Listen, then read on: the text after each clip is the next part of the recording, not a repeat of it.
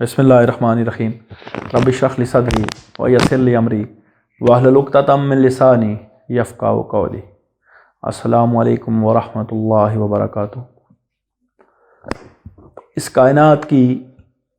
سب سے بڑی حقیقت، سب سے بڑی سچائی وہ رب کائنات کی ذات ہے، جو کل ہے، جو تمام کائنات کا مقصد ہے، اور جس نے تمام دنیا کو پیدا کیا اور تمام انسانیت کو پیدا کرنے والا، تمام مخلوقات کو پیدا کرنے والا وہی خدا لم یزل کی ذات ہے۔ لیکن کچھ کجرو، کچھ کم فہم لوگ رب کائنات کی ذات کا بھی انکار کرتے ہیں،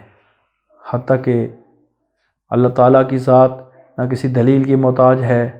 نہ کسی منطق کی محتاج ہے، نہ کسی ثبوت کی محتاج ہے۔ کائنات کا ذرہ ذرہ رب کائنات کی سچائی، رب کائنات کی حقانیت کا گواہ ہے۔ آج ہم کچھ عقل کی بنیاد پہ رب کائنات کی ذات کے اوپر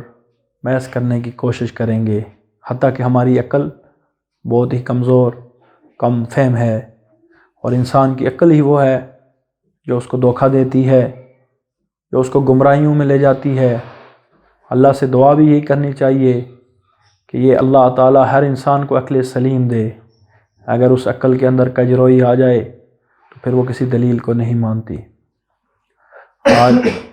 اگر کائنات کا مطالعہ کیا جائے، اپنے معاشرے کو دیکھا جائے، تو آپ کو جگمگاتے ہوئے گھر نظر آئیں گے، بازار نظر آئیں گے، آپ کو چمکتی ہوئی بجلیاں نظر آئیں گی، آپ کو چمکتے ہوئے ٹیوب لائٹس نظر آئیں گی، اور رات کے اندر ایک دن کا سما نظر آئے گا۔ آج سے اگر کوئی 200 سال پہلے، 300 سال پہلے کا کوئی انسان اگر آج زندہ ہو کے واپس آ جائے اور اس کو آپ یہ بات کہیں، تو وہ اس ماہر العقول چیزوں کو دیکھ کے، اس روشنی کو دیکھ کے ہی وہ اپنا حواس کھو جائے۔ آج موبائل فون کے ذریعے ہم ایک کونے سے دوسرے کونے میں گفتگو کر رہے ہوتے ہیں۔ ہمیں پتہ ہے کہ ایک بندہ امریکہ میں بیٹھا ہوا ہے، پاکستان میں بیٹھا ہوا ہے، موبائل فون کے ذریعے ایک دوسرے کی تصویر دیکھتے ہوئے اس طرح محسوس ہوتا ہے کہ وہ ایک ہی جگہ پہ موجود ہے۔ ہمیں پتہ ہے، ہمیں اس چیز کا احساس ہے کہ یہ جو بجلیاں نظر آ رہی ہیں، یہ جو موبائل نظر آ رہا ہے، اس کے پیچھے کیا فلسفہ ہے، اس کے پیچھے کیا سائنس ہے۔ مجھے اور آپ کو اس کا احساس ہے، کیونکہ ہمارے پاس علم کا وہ لیول ہے کہ ہمیں پتہ ہے کہ ایک پاور ہاؤس ہوگا،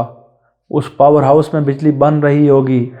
ان تاروں کے ذریعے وہ بجلی سپلائی کی جا رہی ہوگی، اور پھر ان لائٹوں کے ذریعے وہ کرنٹ کی صورت میں،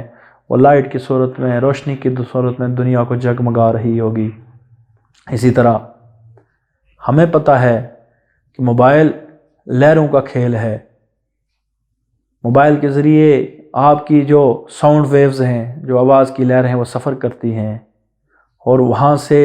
آپ ایک دوسرے سے رابطہ کرنے میں آسانی ہوتی ہے۔ یہ آج کے دور میں ہمیں اس چیز کا علم حاصل ہے، لیکن اگر آپ تصور کریں کہ ہمیں یہ نہ پتہ ہو، ہمیں یہ نہ معلوم ہو، ہمارے پاس بجلی کو دیکھنے کے لیے تاریں نہ ہوں، کھمبے نہ ہوں، تو ہم کیا تصور کریں گے؟ ہر شخص اپنی رائے دینے کی کوشش کرے گا۔ کوئی کہے گا یہ جنات نے لائٹ روشن کی، کوئی کہے گا یہ خود بخود شروع ہو گئی، کوئی کہے گا اس کے پیچھے کوئی فلسفہ ہے، کوئی کہے گا بہت بڑی کوئی طاقت اس کو بنا رہی ہے، کوئی کسی دیوتا کے بارے میں یہ بات کہے گا، اور کوئی کہے گا جی اس کے پیچھے کارخانے ہیں۔ یعنی ہر شخص اپنی رائے دینے کی کوشش کرے گا، لیکن ایک شخص جو آپ کے پاس آئے اور وہ کہے کہ میں جو تم باتیں کہہ رہے ہو یہ باتیں اس طرح نہیں ہیں، میں اس کارخانے کو دیکھ کے آیا ہوں جس میں بجلی تیار کی جاتی ہے، اس پاور ہاؤس کو دیکھ کے آیا ہوں،